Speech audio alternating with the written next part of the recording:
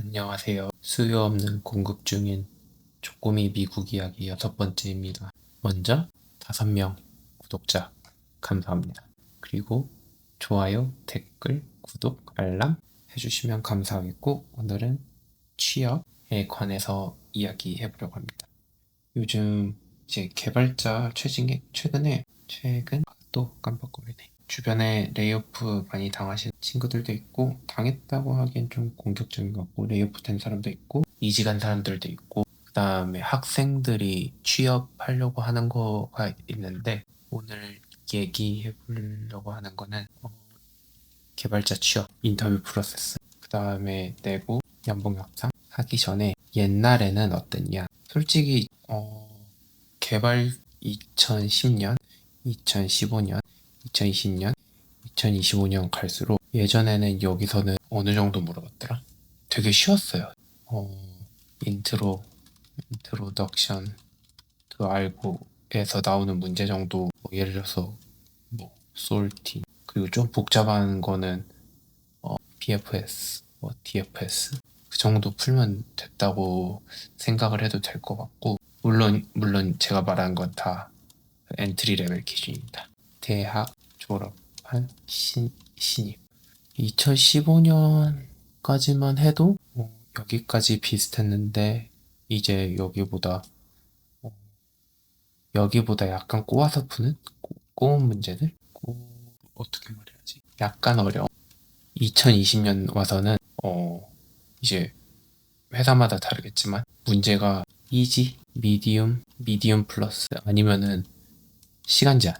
예를 들어서 시간 제한이라는 말은 45분에 미디움 문제를 2개 풀어야 돼요. 그러니까 이거는 좋은 인터뷰인지 나쁜 인터뷰인지 모르겠는데 그렇게 해서 필터링 된 사람들을 뽑는다고 하니까 이제 그거에 맞춰서 준비를 해야 하고 옛날에는 그럼 다시 옛날로 돌아와서 저 인터뷰 때는 어땠냐? 저 인터뷰는 솔직히 쉬웠는데 제가 준비를 많이 못하고 잘 모르는 부분도 많아서 떨어진 인터뷰들이 되게 많았고요. 그때를 잠깐 회상해보자면 되게 기본적인 거 물어봤어요. 막 예외 처리 어떻게 할래? 그러면은 저는 그냥 너무 주먹구구식으로 그러면은 그런 거 있으면 에러 출력해가지고 디버깅 하겠다 이런 말도 안 되는 소리로 비볐다가 떨어지고 그 사람이 원했던 거는 트라이 캐치 하겠다.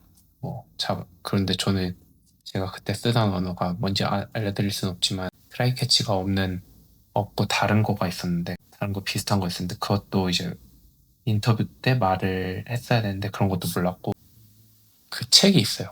크래킹 코리 인터뷰 PDF를 치면은 PDF가 나오는데 이게 그때 당시 되게 유명한 책. 그리고 요즘에는 뭐를 봐야 하냐면은 요즘은 리트코드 최신까지만 해도 리트코드 푸는 게 가장 정석적인 problem set 가서 컴퍼니 예를 들어서 메타가 있으면 메타를 누르면은 이건 이제 돈 내야 되는데 말 나온 김에 이제 한 개 더 하자면은 책 읽기 그리고 코딩 이런 정도로 됐었고 그리고 저 엔트리 때는 코딩 하나? 코딩 아니면은 디버깅 같이 하는 거 페어 프로그램 그리고 세 번째 시간에는 HR 하이어링 매니저 이런 식으로 해서 이 사람들이랑 1대1 면접하고 저 기억에는 제가 들어간 회사가 그때 오퍼를 2개를 받았는데 1번 지갑 스타트업 아이러니하게 이 회사는 아직도 존재 2번 컨트랙터인데 컨트랙터인데 딜이 이거였어요. 제가 인터뷰 온 회사 가서 6개월 동안 컨트랙터로 일하고 그 다음에 풀타임으로 전화. 이게 무슨 계약이냐면은 저를 하이어링 이 인터뷰 본 회사가 사람을 찾는데 그러면은 아웃소싱 해주는 그 테크 인력 회사 이런 데에서 저를 이제 제가 처음에 테크 인력 회사에 제 레주메를 냈고 이 사람이 이 회사에서 제가 인터뷰한 회사랑 매칭을 시켜준 다음에 저는 지금 이 회사한테 고용되지만 6개월 뒤에 컨트랙으로 일하고 잘하고 있으면은 그 인터뷰 본 회사에서 저를 바이아웃하고 그럼 이 아웃소싱 회사한테 돈이 또 떨어지겠죠?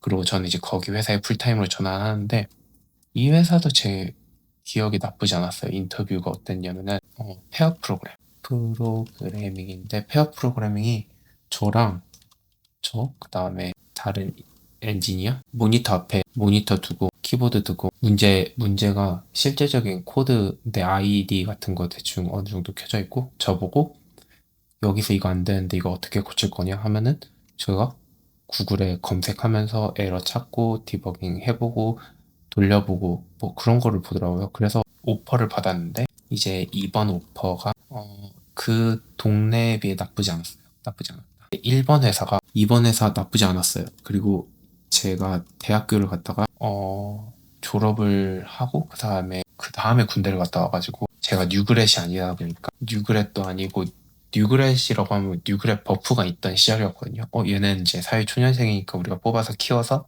어떻게 해보겠다 막 이런 사회적인 그런 암묵적인 그런 게 있었다고 느껴지는 시기였는데 요즘은 그런 거 잘 모르겠네. 그래서 뉴그렛이라고 하기에는 이미 생뚱맞게 군대를 갔다 오고 그러고 그래서 이번 회사에서 시작을 하려고 했거든요. 그 1099로. 근데 그 금요일 날 사인을 하고 그다음에 일본 회사 갔어요. 일본 회사 가서 왜 갔냐면은 어차피 이 회사는 붙을 거 같지도 않고 그래도 그 인터뷰 경험을 쌓자 이런 마인드 붙을지도 모르고 갔거든요. 그 자전거 타고 정장 입고 정장 안 입어도 됩니다. 정장 필요 없음. 정장이라고 하기에는 그냥 세미 정장? 자전거 타고 가서 코딩 인터뷰 하고 뭐 페어 프로그램이 비슷한 거 했나? 그래서 문제를 그때는 화이트보드에 내가 코딩을 벽에다가 해야 돼요. 벽 칠판에다가. 그러고 나서 문제 잘 풀고 뭐 페어 프로그램 하고 이제 HR 매니저랑 얘기하고 HR 매니저에다가 여기에 테크리드가 들어와서 나중에 한 5년 뒤에 들었는데 테크리드가 쟤 코딩을 못하는데 애가 똘똘해 보이네 해서 뽑았다고 들었는데 문제 같은 거 줬어요. 그 공이 0 이게 공이라고 했을 때 이게 그 무게가 있는 공이에요. 예를 들어서 프로그램 1, 2, 3, 4, 5, 6 이렇게 5.1g 이렇게 공이 9개가 있어요. 그래서 그런데 이제 어느 순서에 어떤 공이 어떻게 무거운지는 모르겠죠. 여기서 공을 꺼내서 저울에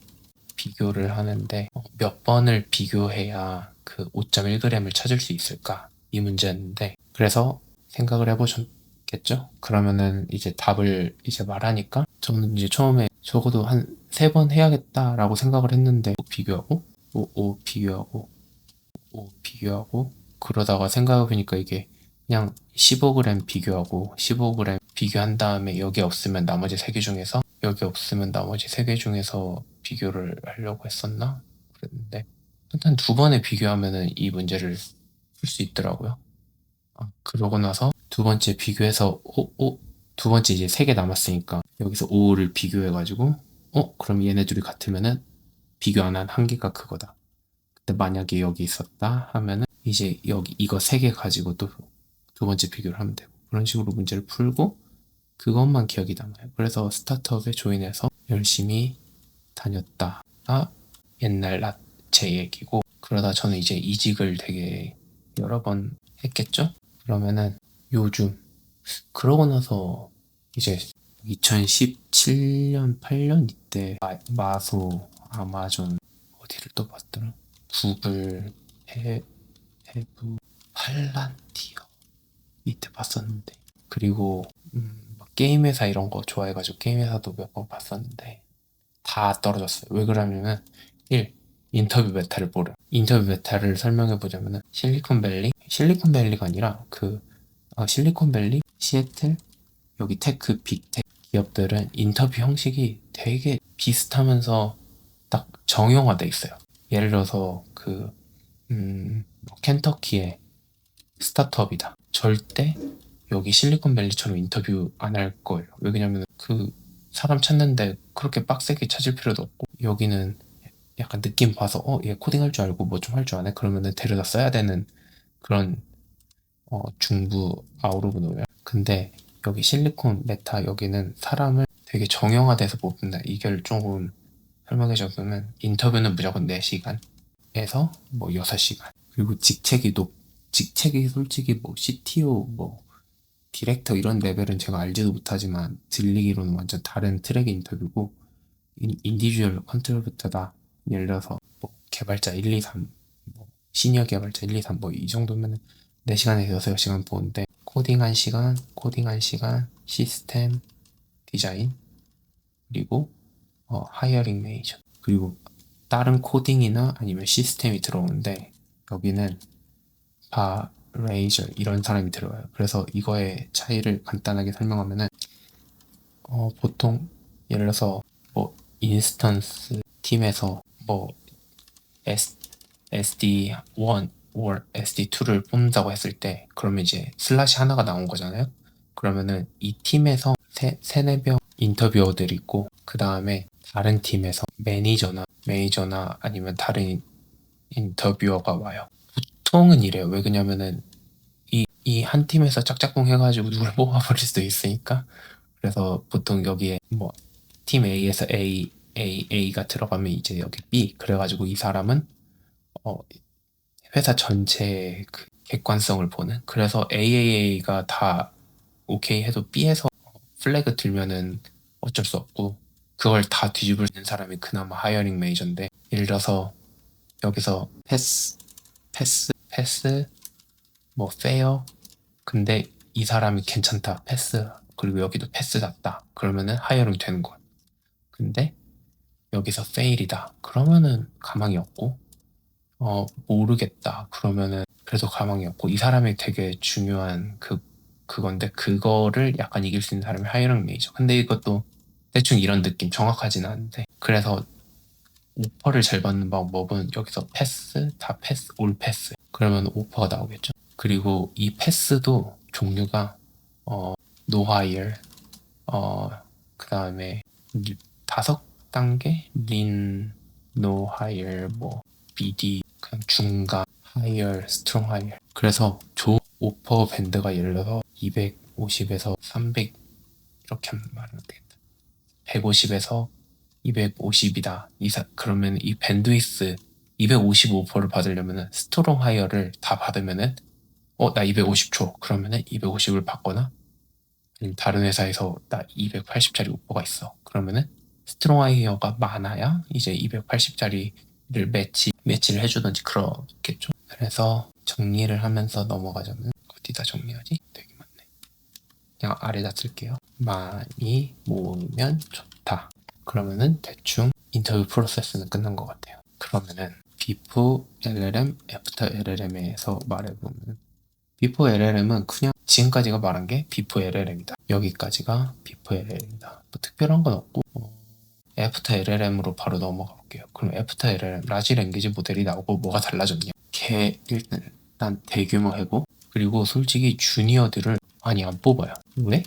그냥 있던 애들한테 그거 코파일럿이나 클로드나 뭐 그 VS 코드 뭐 이런 툴에다가 LLM 넣어가지고 돌리면은 그러니까 이게 좋은 개발은 아닌데 일단 개발자가 한 사람이 처리할 수 있는 그 양적 수용량이 늘어난 것 같아요. 저 같은 경우도 뭐 예를 들어 태스크 A를 컴플리트 해야 되는데 여기에 드는 약간 자질구레한 디버깅, 자질구레한 리서치 이런 것들을 내 거 컨텍스트를 VS 코드에다 넣고 요약해주고 아니면 에러 찾아주거나 그런 거를 하면은 시간이 많이 세이브 되니까. 그러니까 지금 이런 과도기에서는 회사가 굳이 주니어를 많이 뽑을 니즈를 저희 팀 같은 경우는 못 느끼고, 저희 팀은 안 뽑기도 하지만 그렇다는 거죠.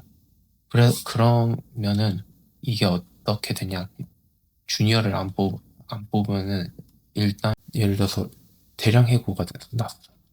그러면은 어딘가는 주니어를 뽑을 거 아니에요? 그러면 그 사람들이 밀려서 중국 같은 신입, 내가 예를 들어서 빅텍에서 1, 2년 차 일하고 갑자기 레이오프가 됐어. 그러면 이 사람들은 빅텍 타이틀 가지고 어디 신입으로 다시 들어갈 수기가 조금이라도 엣지가 있겠죠? 그런 경우가 생기고 주니어들 많이 안 뽑고. 그리고 인터뷰 프로세스를 말해야 하니까, 인터뷰 프로세스 예전에는 아까 4시간에서 6시간 이걸 풀 인터뷰? 온사이트 인터뷰인데 이것도 줌으로 하는데 코로나 그때부터. 근데 이걸 가기 전에 원래 1시간짜리 전화 인터뷰를 해요. 그런데 여기까지는 솔직히 없었는데 이제 1시간짜리, 1시간에 2시간짜리 온라인 어세스먼트를 해요. 그 전에 이거 받으려고 또 다른 비슷한 오해 이게 생겼다. 근데 여기서 여기가 만약 내 레주메가 좋다. 내가 레주메가 좋다. 혹은 다른 회사랑 꽤 많이 진행됐다. 혹은 전에 예를 들어서 1년 전에 그 회사를 인터뷰 봤는데 인터뷰 피드백이 좋았다. 그러면은 바로 4시간에서 6시간 풀로 갈 수가 있어요. 그래서 기업.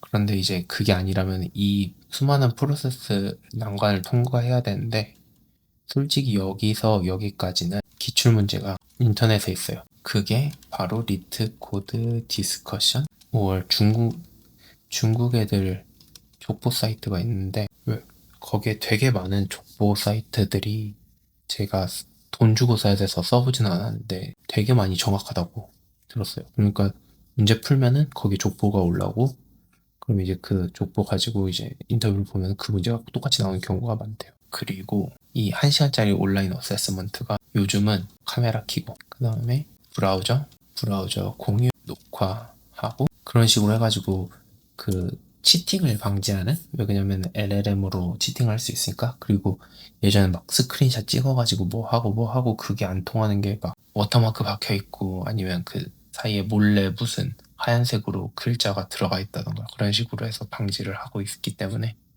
웬만하면 그렇게 시도를 안 해보시고 그리고 사실 문제가 너무 길어지고 내용이 장황하고 그래서 영어 지문 읽기 하고 이해하는데도 시간이 꽤 걸리거든요. 그리고 해커랭크 이런 거 문제가 되게 복잡하고 꼬고 디버깅하고 그런 게 많아서 그리고 팁 온라인 어세스먼트 할 때 코딩만 하지 말고 주석을 꼭 달자. 왜 그러냐면 저는 테스트 케이스에서 통과를 다 못했어요. 근데 이게 제 잘못이 아니라 얘네가 제가 쓴 언어 런타임을 제대로 지원 안 해줘가지고 이렇게 돼서 내가 만약에 다른 언어를 썼다면은 뭐 이렇게 하면은 무슨 시간 안에 풀 수 있다라고 썼더니 그러더니 그냥 이제 다음 전화 인터뷰로 넘어가고 그랬습니다.